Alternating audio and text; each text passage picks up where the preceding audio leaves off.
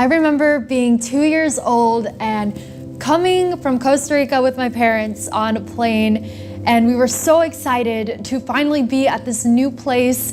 And we arrived finally to this place called Philadelphia, Pennsylvania, and I was so excited. I finally started school. I was 4 years old and I started school. And I remember going all the way up until my 10th grade year of school, and I was starting to apply for a job, and I was on my way to this work employment place, and I asked them for an application, and I filled it out. I turned it back into them, and a few days later I got a phone call and they asked me, hey, you're missing some documentation, can you bring it in? And later that day I asked my mom, and I go, Mom, do you know about this? And she says, oh, I have something to tell you. And so I got sat down at the kitchen table, and I was with my mom and my dad, and they explained to me, you're undocumented. And the whole time, right after they told me that, it felt like my whole entire world came crushing down on me. I did not know what to do. I was just worried because it hit me what I could and could not do. And I had grown up with my friends, and I saw them. It was around the time that we started applying for colleges, and they're doing everything. They're applying for colleges, and I'm just stuck because I don't know what to do. And I become frustrated with my parents because I just keep blaming them for bringing me to this country where I do not belong. And I'm furious and I'm angry at God, and I keep asking, why me? Out of all of the people in this world, why me? Why did I have to be the one to be undocumented? Because those words just sound so ugly. And I felt like I was just like everybody else, but I just kept going. I somehow ended up trusting in God, and I start filling out college applications, and I get accepted. And it's the day before freshman orientation, and I'm in the car with my parents. We have to go from Philadelphia all the way to Berrien Springs, Michigan, and it's a 11-hour car drive. And I'm with my parents, and so far so good. We get to Ohio, and it's the middle of the night, and we get stopped. All I hear are sirens, and we get stopped. And I start getting nervous, and my hands start sweating, and I'm just worried because I don't know what's gonna happen. And so the police officer gets out of his car, and he starts walking over towards our car, and he asked my parents for their license and their documentation, and we explained to them that we don't have any. And the police officer goes back to his car, and he makes a few phone calls. Then more police officers come, and they take my mom and dad, and they detain them, and they leave. And I'm sitting next to my brother and my sister, and I'm just confused because I don't know what's gonna happen to me. I'm supposed to start college the next day. My life is supposed to be set. And here I am in the middle of a highway with my brother and sister, and I don't know what to do.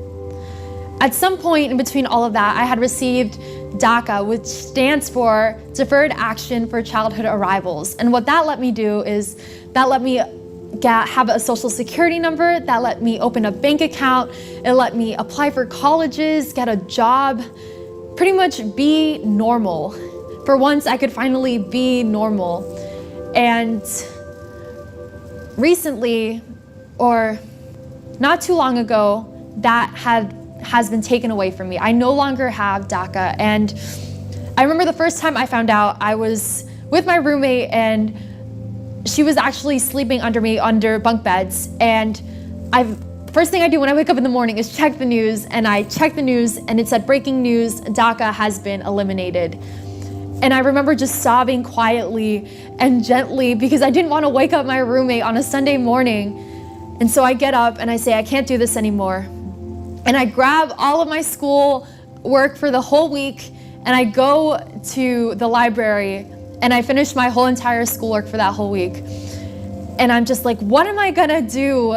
I didn't know, and I felt so lost and worried.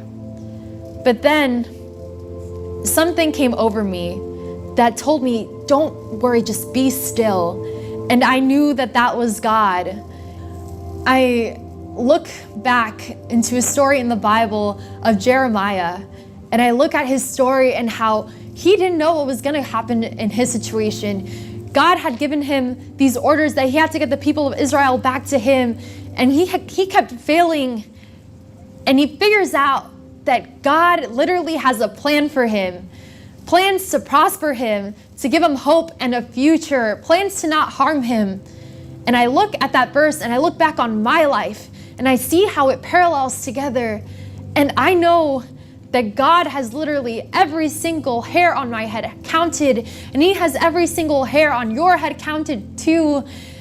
And it gives me hope, and it gives me something to look forward to. And right now, my life is not all happy and dandy, and I could tell you that if you just trust in God, everything will be okay. But that's not the truth. You're still gonna have things that you're gonna go through. There are still gonna be mountains that you're gonna have to climb. But you just have to be still and not worry about what's going to happen to you. You just have to keep trusting in God, just like Jeremiah was trusting in God. I have hope that you, the person watching this, is going to get a blessing from God, but you just need to believe in him. My parents literally have jobs cleaning homes and working in factories, and we don't know sometimes how we're gonna make it. And we don't know sometimes how we're gonna pay for school for me and my siblings. And sometimes I don't even know if I'm going to be able to be in this country for the next month or if I'm gonna even be here tomorrow. But I just have to believe that the plan God has for me is worth something. God did not put me here to just have it all end for no reason. He gave me a reason to be here. He gave me a purpose. And I believe that you have a purpose too. And it's not going to be easy, but you just need to believe and you need to trust and you just need to keep going. And I believe that when the time comes, we will be able to understand why we were put in these situations and why these things happen to us. At this point in your life, you may not understand why you are going through the things that you are going through. And you may be dealing with the death of a loved one or through some sickness or through just challenging times. But if you just trust in God and believe in him, he is allowing you to go through this to make you a stronger person in the end. He is drawing you closer to him. And I believe that one day you will fully understand why all of these things are happening to you. And I hope that when that day comes, you will be able to understand and be at peace and know that all along, this was your purpose and this was what God brought you here for.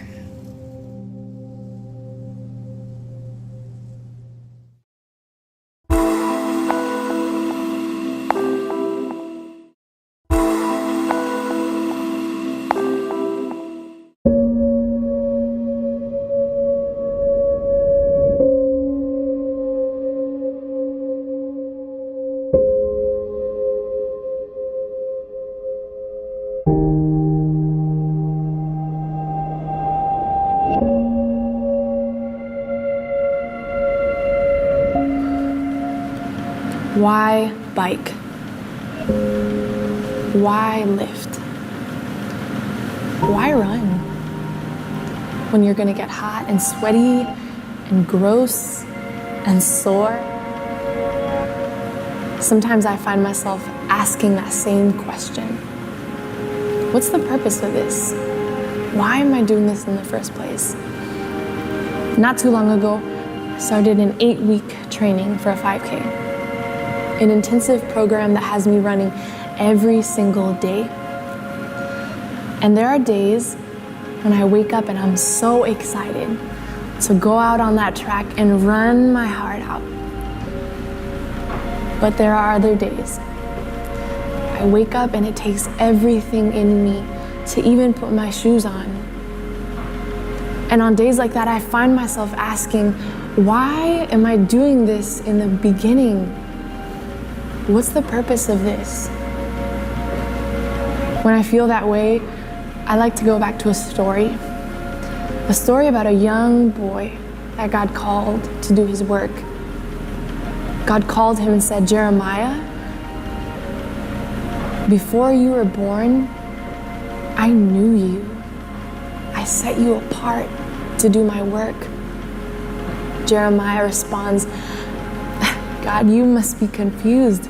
Look at me. I'm too young. I can't go and prophesy. I can't go and talk to those people, that nation. And God says, don't be afraid of their faces, for I am with you to deliver you. Jeremiah followed his calling and never doubted God ever again. That's ideal, but not realistic. See, Jeremiah was just like you and me. And he got to a season, a phase of his life where he needed God's affirmation one more time. And in Jeremiah 29:11, God tells him, for I know the plans I have for you, declares the Lord. Plans to prosper you and not to harm you, to give you a hope and a future.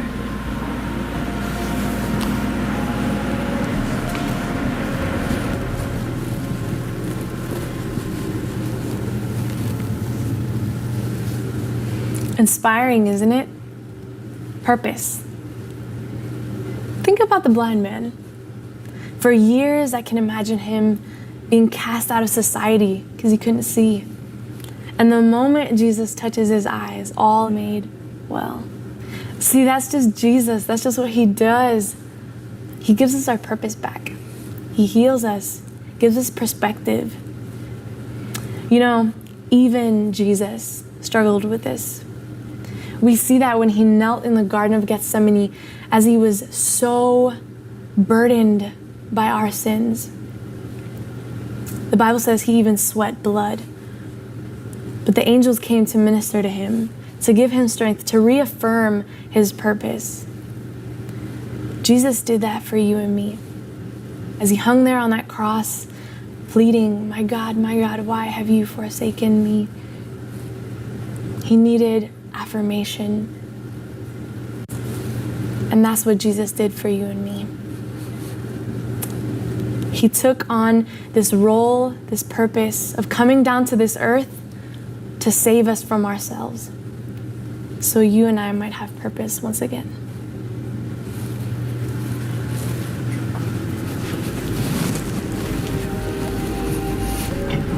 You know, I'm almost finished with my 5K training. Has it been difficult? Yes. Has it been challenging? Yes. But I've come to realize a couple things. That nothing worth having was ever easy. Isn't that kind of like the Christian walk? We go through seasons of doubt, change, fear, and yet God is always there to reaffirm us of our purpose. I'm not really sure what you're facing today, what uncertainty you're dealing with, but I want you to remember that God is always there to remind us of Jeremiah 29:11. For I know the plans I have for you, my daughter, my son. Plans to prosper you and not to harm you.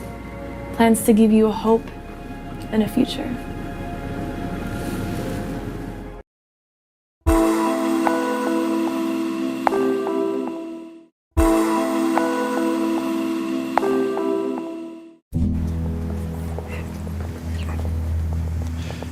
So there's this man of God. He loved God. He would get messages from God, and he would give them to his people, Israel. The man's name was Jeremiah. Now, Jeremiah would get all sorts of messages, but one of the themes of the messages was this idea that, hey, I asked you to be special. You kind of got that, but you're doing it in the wrong way. You're trying to be like this superpower. You're trying to be more powerful than Assyria and Babylon. That's not what I asked you to be. I didn't ask you to be another Egypt. I wanted you to be special. That's why I gave you the Torah, the law. It's supposed to be this way of life about how to live a better life that I want the whole world to have and to embrace. And this is the thing.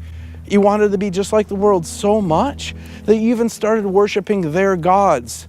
And that's kind of like going to broken cisterns, like pots that have holes in them, when I'm a well. And you reject me for these broken pots? That's crazy. It's kind of like this. It's kind of like having the, Super Bowl team. And the Super Bowl team, to try to get to be more famous, challenges a baseball team, the worst placed baseball team. Who do you think would win? The baseball team. Even the worst Major League Baseball team would beat the Super Bowl team because they know how to play the game. They've spent, more than a decade of their life, probably 2 decades of their life, perfecting the craft of baseball. And these football players won't know how to do it. It'll be in a different stadium, different set of rules. And that's like Israel trying to be like Babylon. It's just not going to work. And so they got all messed up, and God's like, okay, I'm going to do something different. I'm going to have you get conquered again.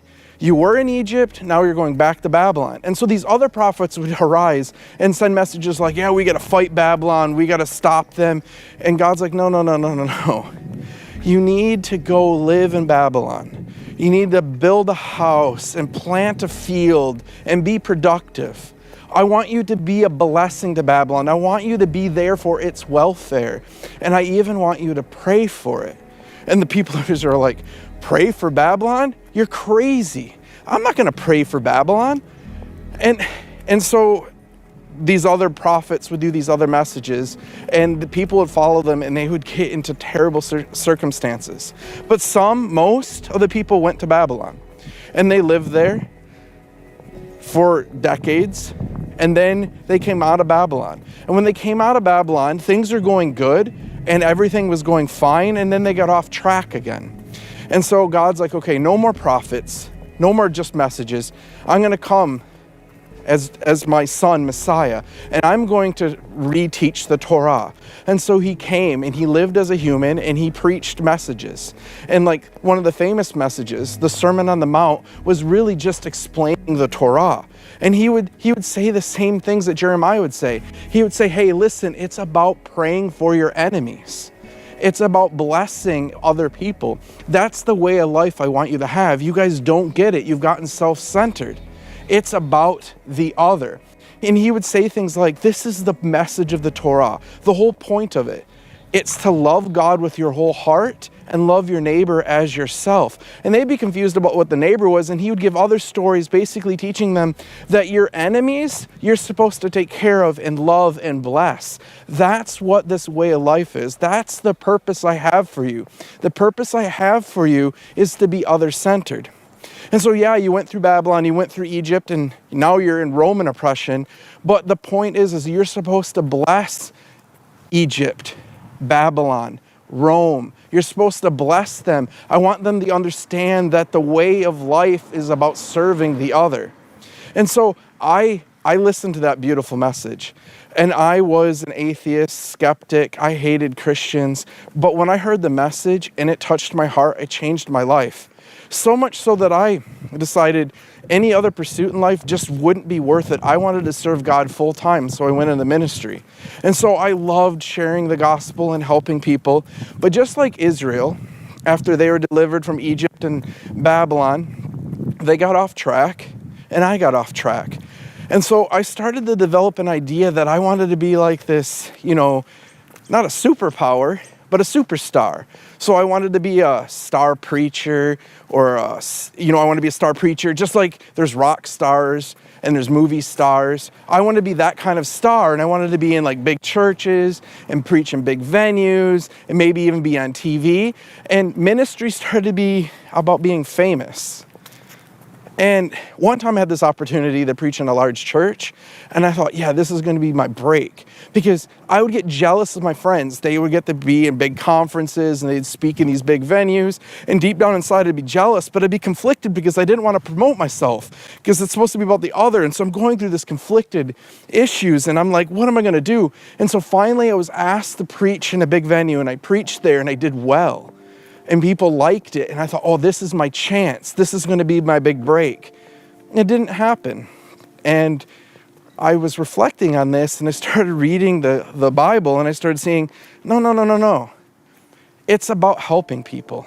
And so, yeah, I should develop my craft. I should become a better preacher. But also it's about developing people skills and counseling skills and helping people even in venues where you wouldn't get recognized. It's supposed to be about ministry, serving others.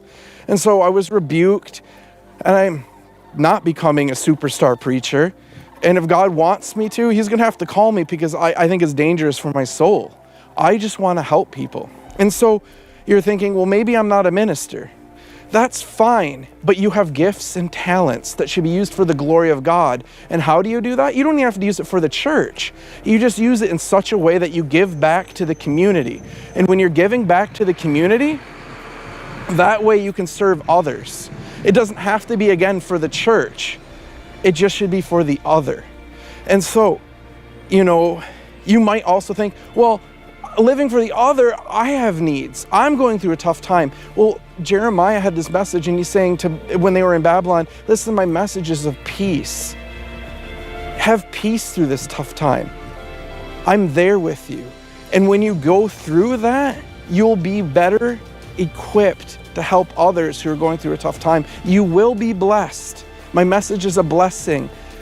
I will bless you so that you can bless others. So let us understand that it's about others. Let us understand the purpose of God for our lives is to love God with our whole heart and to love our neighbor as ourselves. Let that message wash over us and change us, and let us be a huge blessing for people. Let us understand that our purpose is to be others-centered. Let us be like Jesus, to serve the others, not to seek fame and fortune and prestige. Let us be changed and let us bless others.